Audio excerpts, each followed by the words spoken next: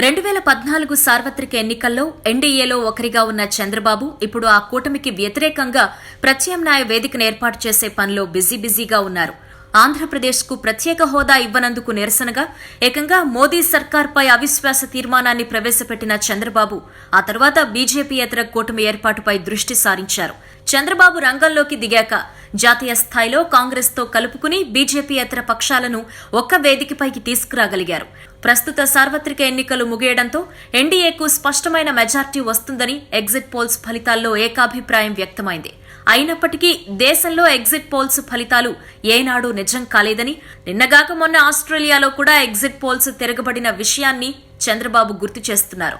ఎన్డీయేతర కూటమి ఏర్పాటుపై దృష్టి సారించిన చంద్రబాబు 3 రోజుల నుంచి ఆ ప్రయత్నాలను మరింత ముమ్మరం చేశారు. SP, BSP, Trinamool Congress, NCP, national conference, DMK, JDS పార్టీల నేతలతో సమావేశం నిర్వహించిన చంద్రబాబు మొత్తం 22 పక్షాలను ఒకే వేదికపైకి తీసుకురాగలిగారు.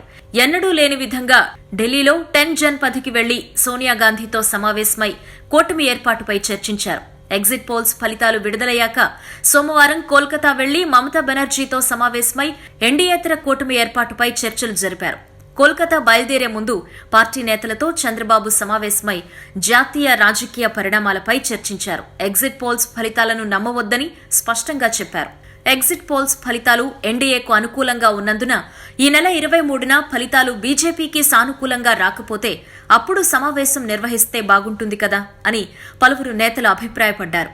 ఒకవేళ బీజేపీకి మెజార్టీ వస్తే బలమైన ప్రతిపక్షంగా ఉండేందుకు ఇప్పుడేర్పాటయ్యే కూటమి పనికొస్తుందని, బీజేపీకి మెజార్టీ రాని పక్షంలో కేంద్రంలో ఎన్డీయేతర కూటమి ప్రభుత్వ ఏర్పాటు దిశగా ఆలోచన చేయొచ్చని మరికొంతమంది అన్నారు.